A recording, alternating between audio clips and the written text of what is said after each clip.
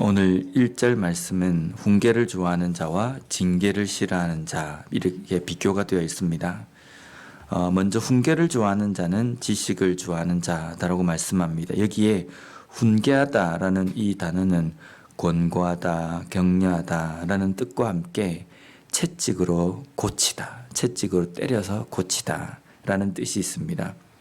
반면에 뒤에 나와 있는 징계하다라는 이 단어는 교정하다, 벌하다라는 의미로 앞에 나와 있는 훈계하다라는 이 단어보다는 조금 엄중한 그런 표현입니다.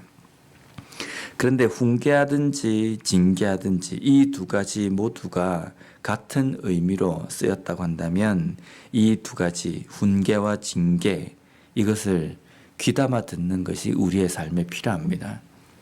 솔직히 훈계하고 징계를 좋아하는 사람이 없습니다. 좀 약하게 이야기하면 잔소리도 별로 안 좋아하고 충고도 그렇게 듣는 걸 별로 그렇게 썩 좋아하지 않습니다. 거기다가 훈계나 징계를 누구에게 듣는다라고 하면 반감부터 생기는데, 그런데 이 훈계나 징계를 가만히 들어보면 나에게 득이 되는 겁니다. 나쁜 것을 시키기 위해서 훈계하거나 징계하지는 않습니다. 나도 내 스스로가 잘 모르는 어떤 잘못이나 나는 바르게 행동했다고 생각하는데 상대방이 그렇게 받아들이지 않았을 때 훈계나 징계가 올 때에 그것을 귀담아 들으면 내 삶에서 내가 깨닫지 못하는 것들을 고칠 수가 있고 부족한 부분들을 내가 더 채워나갈 수가 있다는 겁니다.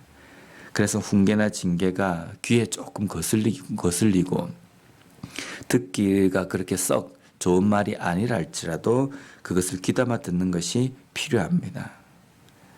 그런데 우리가 하나님의 말씀 앞에서도 우리가 귀담아 듣는 것이 필요합니다.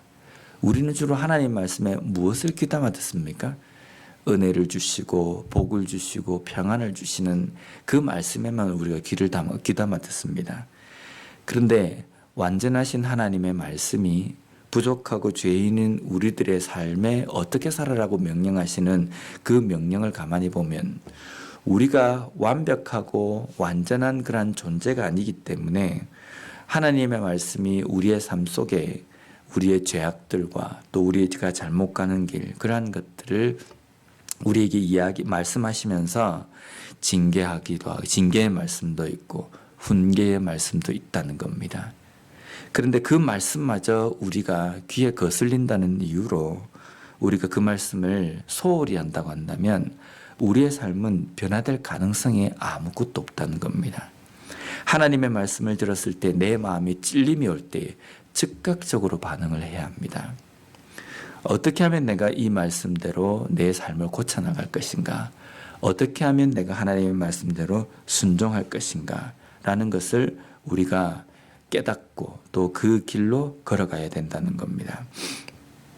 하나님의 말씀을 듣지 않으려고 하는 것, 훈계와 징계를 싫어하는 것, 이것을 오늘 말씀에는 짐승과 같다라고 말씀합니다.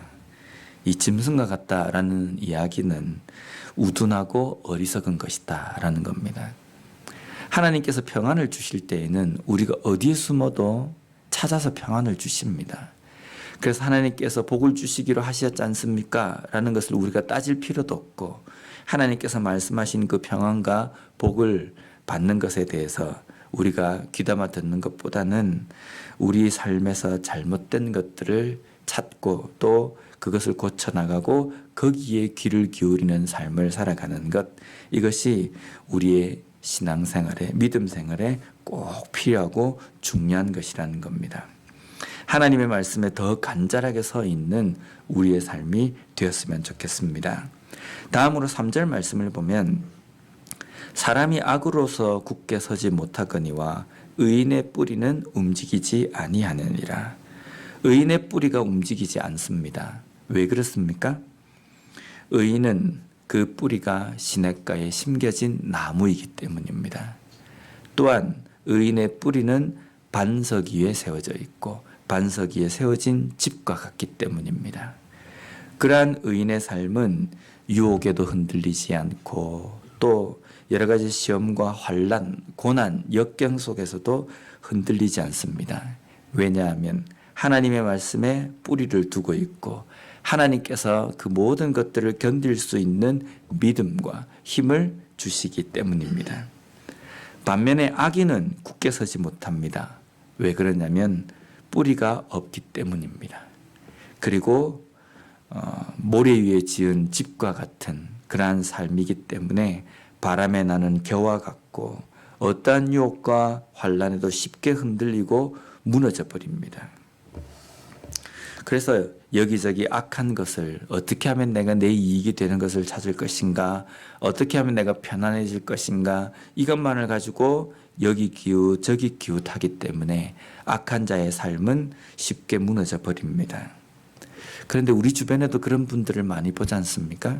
신앙생활 잘 같이 하다가 어느 순간에 어떤 문제 때문에 무너져서 그냥 신앙생활을 포기하고 믿음 생활을 그냥 버리는 그런 사람들을 우리가 주변에서 많이 봅니다.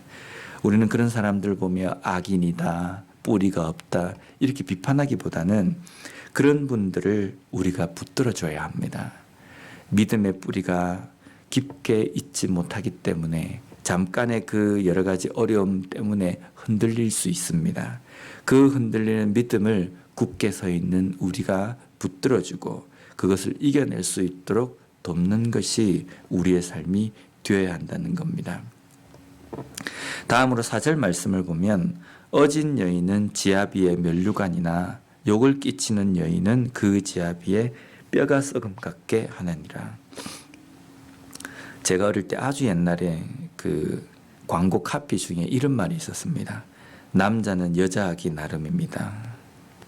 남자만 그렇겠습니까? 여자도 남자하기 나름이고 아이도 부모가 하기 나름이고 교회는 성도하기 나름입니다.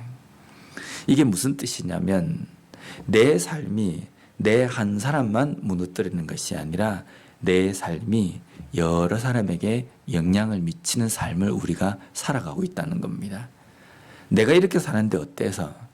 내가 편한 대로 사는데 어때서? 라는 것이 아니라 우리 한 사람의 삶, 나 자신의 한 사람의 삶은 내 배우자에게 또 내 자녀에게 내 이웃에게 내 친구에게 주변 사람들에게 영향을 주는 삶을 살고 있다는 겁니다. 우리 교회의 삶은 우리 교회의 삶의 모습은 우리 교회만 국한되어 있는 것이 아니라 우리 주변에 있는 사람들에게 영향을 미치는 삶이라는 겁니다. 그렇기 때문에 나로 인하여서 그런 영향력이 나간다는 것을 끼치는 삶을 살고 있다는 그 책임을 우리가 깨닫고 우리가 하나님의 말씀에 온전히 서 있는 그러한 삶이 되어야 된다는 겁니다.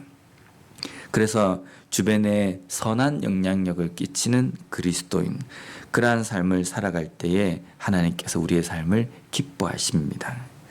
나로 인하여서 다툼과 분란이거나 나로 인하여서 다른 사람이 실족하거나 시험에 드는 그러한 삶이 되지 않도록 끊임없이 하나님께 기도함으로 말미암아 하나님께서 원하시는 그 선한 길을 걸어가고 그 선한 영향력을 온전히 끼치며 살아가는 우리의 모습이 되었으면 좋겠습니다. 오늘도 우리가 하나님의 말씀 앞에서 겸손하여서 그 말씀에서 나에게 하시는 그 훈계와 징계의 말씀을 귀 기울여 들음으로 말미암아 하나님의 말씀에 온전한 뿌리가 내려져서 어떠한 상황 속에서도 흔들리지 않는 그러한 믿음으로 주변에 있는 사람들에게 선한 영향력을 끼치는 그리스도인으로 이 하루의 삶을 살아가는 우리가 되었으면 좋겠습니다. 기도하겠습니다.